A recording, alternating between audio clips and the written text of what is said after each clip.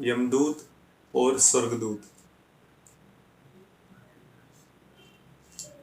यमदूत माना जो यमराज की तरफ से आता है मृत्यु का पैगाम लेकर के, और स्वर्गदूत आता है स्वर्ग के लिए, स्वर्ग का निमंत्रण देने के लिए। तो जब हम जीते जी मरते हैं, धीमी मौत, धीमा जहर। अब यमदूत ने क्या कर लिया है, और दूत हायर कर लिए हैं।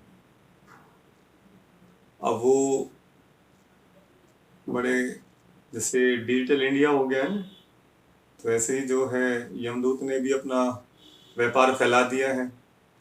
अब उसके अंदर में जो नशे के लिए प्रेरित करते हैं हमारे को, जो भी नज़दीकी है, नियर डियर, जो हमें व्यभिचार के लिए प्रेरित करते हैं। अब नशे की बहुत बड़ी लिस्ट है, पान, बीड़ी, सिगरेट, तंबाकू वगैरह, दारू, और उसके साथ साथ बहुत बड़े बड़े नशे भी हैं। ड्रग्स लेते हैं लोग बाग, लड़कियां भी लेती हैं आजकल तो। और जो हमें व्यभिचार के लिए प्रेरित करे वो यमदूत ही हैं। वो शिकार हो रखे हैं और हमें भी शिकार बनाना चाहते हैं। हम पार्टी में जाते हैं, शादी में जाते हैं, पार्टी के अंदर जाएं, पर पार्ट ई, हमारा जो पार्ट है, ईश्वरीय पार्ट है, वो ना भूल जाएं। हम शादी में जाएं, पर हमारी जो इनर सादगी है वो सादगी ना भूल जाए, कि हम ईश्वरीय पाठ बजाने वाले हैं, परमात्मा से हमारी शादी हुई है। परमात्मा ने हमें सादगी का पाठ पढ़ाया है। बाहर से बेशक हम देखो, लोगों में बैठना उठना होता है, तो बेशक हम अच्छे से पहने ओढ़े, लेकिन अंदर में दिव्य गुणों का श्रृंगार खराब ना हो। जैसे बाहर के श्रृंगार का ध्यान रखते हैं, ऐसे अंदरूनी श्रृंगार भी जरूर ध्यान रखें। अब हमने यमदूत के बारे में बात करी। अभी यमदूत बहुत अच्छा बन करके भी आ सकता है, बहुत सुंदर बन करके भी आ सकता है, अट्रैक्ट करता है अपनी तरफ में। और स्वर्गदूत हो सकता है कि इतना फैशनेबल ना हो, इतना अट्रैक्टिव ना हो, लेकिन उसकी पहचान हमारे को होनी बहुत जरूरी है। जिस प्रकार दवाई कड़वी होती है, बीमारी काटती है, नीम कड़वा होता है, वो भी काम आता है वो। तो इसी प्रकार कई बातें हमें ज्ञान की कड़वी लगती है, हमें बड़ों की बात कई बार बुरी लगती है, लेकिन हमें वो सही बात कहते हैं। वो स्वर्गदूत ही है जो आपको सत्य का मार्ग दिखाए, धर्म की ओर ले चले, भगवान का संदेश दे आपको, और आपको जो है अपने चरित्र के द्वारा जीना सिखाए। अपने चरित्र के द्वारा, अपने कैरेक्टर द्वारा आपको परमात्मा का परिचय दे, वो है स्वर्गदूत। और जो आपको अंदर की ओर ले जाए, बाहर की ओर नहीं, अंदर की ओर ले जाए, बार बार अंदर की ओर इशारा करे। स्वर्ग का मीनिंग बताया है ना बाबा ने पहले भी, स्वरग, जो स्वयं में स्थित हो और अपनी रग को भी कंट्रोल में रखे, वो है स्वर्ग। और जो स्वर्ग में स्थित है वही स्वर्ग में ले जा सकता है आपको। जो नरक में स्थित है वो नरक में ले जाएगा। तो इसलिए स्वर्ग और नरक का विशेष ध्यान रखें। बारीक बारीक धागे मिला करके मोटी रस्सी बन जाती है। तो इसी प्रकार जो है जरा जरा सी कमियां बढ़ते बढ़ते पाप का गट्ठर बन जाता है। तो इसलिए उन कमी कमजोरियों को धीरे धीरे हम योग बल से भस्म करेंगे। कुछ कुछ ज्ञान के पॉइंट्स चिंतन मनन करके उनको राइट डाउन करते जाएं, और धीरे धीरे जैसे एक एक कदम बढ़ाते हैं तो लंबी लंबी हम यात्राएं तय कर लेते हैं। तो इसी प्रकार हम रोज नित्य ज्ञान सुन रहे हैं, श्रवण कर रहे हैं, और निरंतर हम चलते जाएं, थके नहीं, थके नहीं। बाबा बोलते हैं ना, रात की राही थक मत जाना, सुबह की मंजिल दूर नहीं। तो बाबा जानते हैं मेरे बच्चे कलयुग के अंदर में बहुत थके हुए हैं, हताश निराश हैं, लेकिन बाबा हमें दिलासा भी दे रहे हैं। जैसे राम जी ने सुग्रीव को स्पर्श किया, सारे दुख दर्द दूर कर दिए उनके, और सारे जो जख्म थे वो सब भर दिए, और दोबारा से शक्ति का संचार उनकी बॉडी के अंदर में हो गया, उमंग गुस्सा दोबारा से आ गया उनके। ऐसे बाबा हमें रोज उमंग गुस्सा ज्ञान के माध्यम से दिलाते हैं। तो स्वर्गदूत और नरकदूत के बारे में मालूम पड़ गए हमें। तो अभी बाबा के बच्चे क्या बने हैं, स्वर्गदूत हैं। और बहुत सारे भाई बहने फंसे पड़े हैं बेचारे। और ये दुकानें हैं ना, नर्क की दुकानें, शराब की दुकानें हैं, नशे की दुकानें हैं, वैश्यावृत्ति की दुकानें क्या है, नर्क के द्वार तो है ना भाई। तो अभी इनसे बच के रहना है और ईश्वरीय मार्ग पर चल करके अपना भाग्य बनाना है, अपने छोटे बहन भाइयों को, नियर डियर, उन सबको बचाना है। चलो बाबा के महावाक्य सुनते हैं। बाबा ने क्या कहा आज। बाबा कहते, मीठे बच्चे, मैं तुम्हें फिर से राजयोग सिखलाकर राजाओं का राजा बनाता हूं। इस फिर से शब्द में ही सारा चक्कर समाया हुआ है। प्रसन्न बाप भी प्रबल है तो माया भी, दोनों की प्रबलता क्या है। उत्तर, बाप तुम्हें पति से पावन बनाते, पावन बनाने में बाप प्रबल है, इसलिए बाप को पतित पावन सर्वशक्तिमान कहा जाता है। बाप माया फिर पतित बनाने में प्रबल है। सच्ची कमाई में ग्रहचारी ऐसी बैठती है जो फायदे के बदले घाटा हो जाता है। विकारों के पीछे माया तबाही बना देती है। इसलिए बाबा कहते, बच्चे देही अभिमानी बनने का पुरुषार्थ करो। गीत, हमें उन राहों पर चलना है, बाबा की श्रीमत पर चलना है। ओम शांति। तुम बच्चों को किन राहों पर चलना है, जरूर राह बताने वाला होगा। मनुष्य रोंग रास्ते पर चलते हैं तब तो दुखी होते हैं। अभी कितने दुखी हैं क्योंकि उनकी मत पर नहीं चलते। सब उल्टी मत पर चलते आए हैं। जब से उल्टी मत देने वाले रावण का राज्य शुरू हुआ है, बाप समझाते हैं, तुम इस समय रावण की मत पर हो, तब हर एक का ऐसा बुरा हाल हुआ है। सब अपने को पतित कहते भी हैं। गांधी बापू जी भी कहते थे, पतित पावन आओ। गोया हम पतित हैं, परंतु कोई भी समझते नहीं कि हम पतित कैसे बने हैं। चाहते हैं भारत में राम राज्य हो, परंतु कौन बनाएगा। गीता में बाप ने सब बातें समझाई हैं, परंतु गीता के भगवान का ही नाम उल्टा लगा दिया है। बाप समझाते हैं, तुमने क्या कर दिया है। क्राइस्ट के बाइबल में पोप का नाम डाल दें तो कितना नुकसान हो जाए। यह भी ड्रामा है। बाप बड़े से बड़ी भूल समझाते हैं। यह आदि मध्य अंत का ज्ञान गीता में है। बाप समझाते हैं, मैं तुमको फिर से राजाओं का राजा बनाता हूं। तुमने 84 जन्म कैसे लिए, यह तुम नहीं जानते हो। हम बताते हैं, यह कोई भी शास्त्र में नहीं है। जितना जितना जिसको याद था उतना उतना उसने लिख दिया, और वो भी बाद में बतंगड़ बन गया। कुछ समझने वाले भी ऐसे, समझाने वाले भी ऐसे, क्या हो गया फिर। शास्त्र तो अनेक हैं, भिन्न भिन्न मतें हैं। गीता माना गीता, जिसने गीता गाई है उसने ही राय दी है। कहते हैं, मैं तुमको राजयोग सिखाने फिर से आया हूं। तुम पर माया का परछाया पड़ गया है, अभी फिर से मैं आया हूं। गीता में भी कहते हैं, हे भगवान फिर से गीता सुनाने आओ, अर्थात फिर से गीता की नॉलेज दो।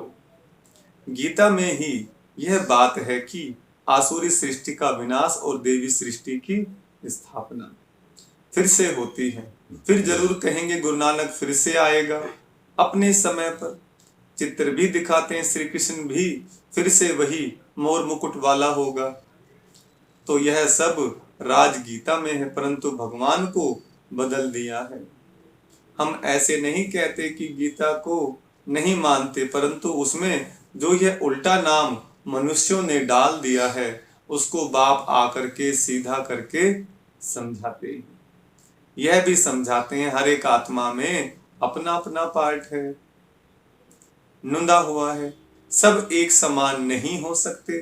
जैसे मनुष्य माना मनुष्य, वैसे आत्मा माना आत्मा, परंतु हर एक आत्मा में अपना पार्ट भरा हुआ है। यह बातें समझाने वाला बड़ा बुद्धिमान चाहिए। बाप जानते हैं कौन समझा सकते हैं, कौन सर्विस करने में समझदार हैं, किसकी लाइन क्लियर है। देही अभिमानी रहते हैं, सब तो परिपूर्ण देही अभिमानी नहीं बने हैं। यह तो अंत में रिजल्ट होगी। इम्तिहान के दिन जब नजदीक होते हैं तो मालूम पड़ जाता है कौन कौन पास होंगे। टीचर्स भी समझ सकते हैं और बच्चे भी समझते हैं कि यह सबसे तीखा है। वहां तो ठगी आदि भी हो सकती है, यहाँ तो यह बात हो ना सके। यह तो ड्रामा में नूंद है, कल पहले वाले ही निकलेंगे। हमें पता चलता है सर्विस की रफ्तार से। इस सच्ची कमाई में घाटा और लाभ ग्रहचारी आदि आती है, चलते चलते टांग टूट पड़ती है। गंधर्वी विवाह करने के बाद फिर माया एकदम तवाई बना देती है। माया भी बड़ी प्रबल है। बाबा प्रबल है पावन बनाने में, इसलिए उनको सर्वशक्तिमान पतित पावन कहा जाता है। और फिर माया प्रबल है पतित बनाने में। सत्युग में तो माया होती नहीं, वह है ही वाइसलेस वर्ल्ड, अभी है एकदम विशेष वर्ल्ड। कितनी जबरदस्त प्रबलता है, चलते चलते माया एकदम नाक से पकड़ तवाई बना देती है, फारकती दिला देती है, इतनी प्रबल है।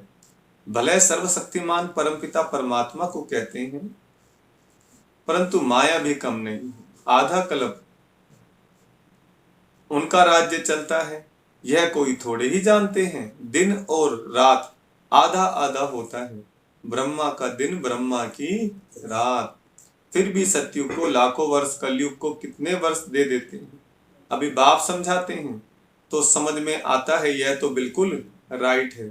बाप बैठ पढ़ाते हैं, कलयुग में मनुष्य थोड़े ही गीता का राजयोग सिखाए राजाओं का राजा बनाएंगे। ऐसे तो कोई है नहीं जिसकी बुद्धि में हो कि हम राजयोग सीख राजाओं का राजा बनेंगे।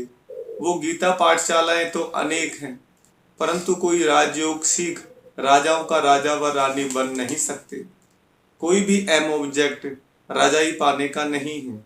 यहाँ तो कहते हो हम बेहद के बाप से भविष्य सुख की राजाई पाने के लिए पढ़ते हैं।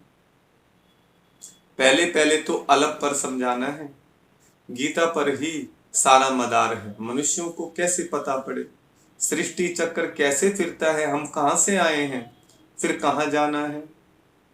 कोई को पता नहीं है कौन देश से आया कौन देश है जाना। गीत भी है ना, सिर्फ तोते मुआफिक गाते रहते हैं, अर्थ कुछ नहीं समझते। बुद्धि जो आत्मा में है वह नहीं जानती कि हम जिसको है परमपिता परमात्मा कहते हैं वह कौन है। उनको न देख सकते हैं न जान सकते हैं। आत्मा का तो फर्ज है ना बाप को जानना देखना। अभी तुम समझ गए हो हम आत्मा है, परमपिता परमात्मा बाप हमको पढ़ाते। बुद्धि कहती है बाप आकर पढ़ाते हैं। जैसे किसकी आत्मा को बुलाते हैं तो समझते हैं ना उनकी आत्मा आई है, तो तुम समझते हो हम आत्मा है, हमारा वह बाप है।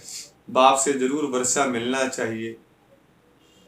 हम दुखी क्यों हुए हैं? मनुष्य तो कह देते हैं बाप ही सुख दुख देने वाला है, भगवान को गाली देते रहते हैं, वह है आसुरी संतान। जैसे कल्प पहले कहा है वैसे कहते हैं तुम अभी प्रैक्टिकल में ईश्वरीय संतान बने हो, आगे तुम आसुरी औलाद थे। अब बाप कहते हैं निरंतर मुझे याद करो।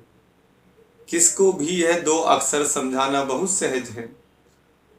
तुम भगवान के बच्चे हो, भगवान ने स्वर्ग रचा, अब नरक बना है, फिर स्वर्ग बाप ही रचेंगे। बाप हमको राजयोग सिखला रहे हैं, स्वर्ग की स्थापना कर रहे हैं। अच्छा शिव को नहीं जानते हो, प्रजापिता ब्रह्मा को भी रचने वाला वह बाप है, तो जरूर बाप ब्रह्मा द्वारा ही सिखाएंगे। अभी शूद्र वर्ण है, हम ब्राह्मण से देवता क्षत्रिय बनेंगे, नहीं तो विराट रूप क्यों बनाया है।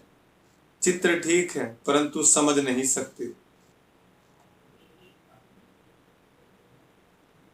शूद्रों को ब्राह्मण कौन बनाएंगे? जरूर प्रजापिता ब्रह्मा चाहिए। उनको कैसे अडॉप्ट किया? जैसे तुम कहते हो यह मेरी स्त्री, उनकी मेरी कैसे बनाया? उनको मेरी कैसे बनाया? अडॉप्ट किया। बाप कहते हैं मुझे भी, बाप पिता कहते हो मैं बाप तो हूँ, मेरी कहाँ से लाऊं? तो इनमें प्रवेश कर इनका नाम ब्रह्मा रखता हूँ।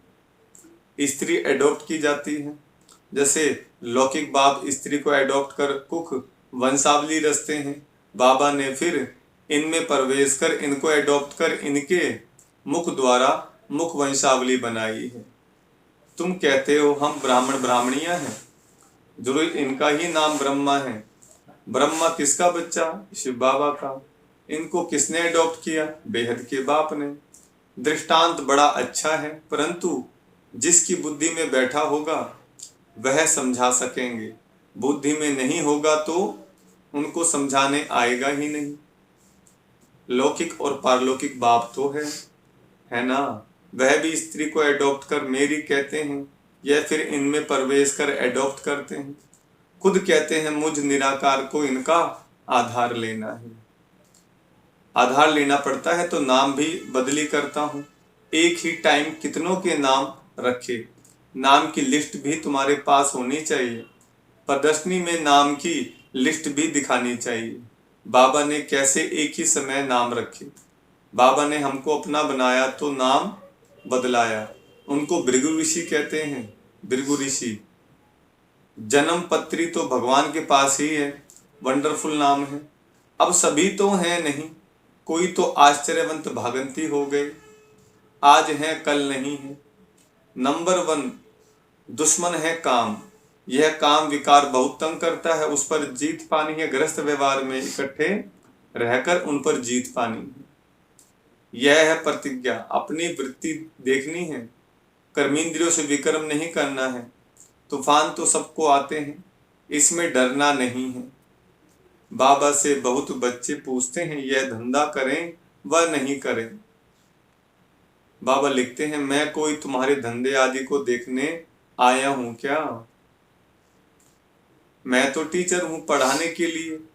धंधे की बात हमसे क्यों पूछते हो? मैं तो राजयोग सिखाता हूं। रुद्र यज्ञ भी गाया हुआ है, श्री कृष्ण यज्ञ नहीं। बाप कहते हैं लक्ष्मी नारायण में यह सृष्टि चक्र का ज्ञान ही नहीं। अगर यह मालूम हो कि 16 कला से फिर 14 कला बनना है तो उसी समय ही राजाई का नशा उड़ जाए। वहां तो है ही सदगति, सदगति दाता तो एक है, वही आकर मुक्ति बताते हैं, युक्ति बताते हैं, दूसरा कोई बतला न सके।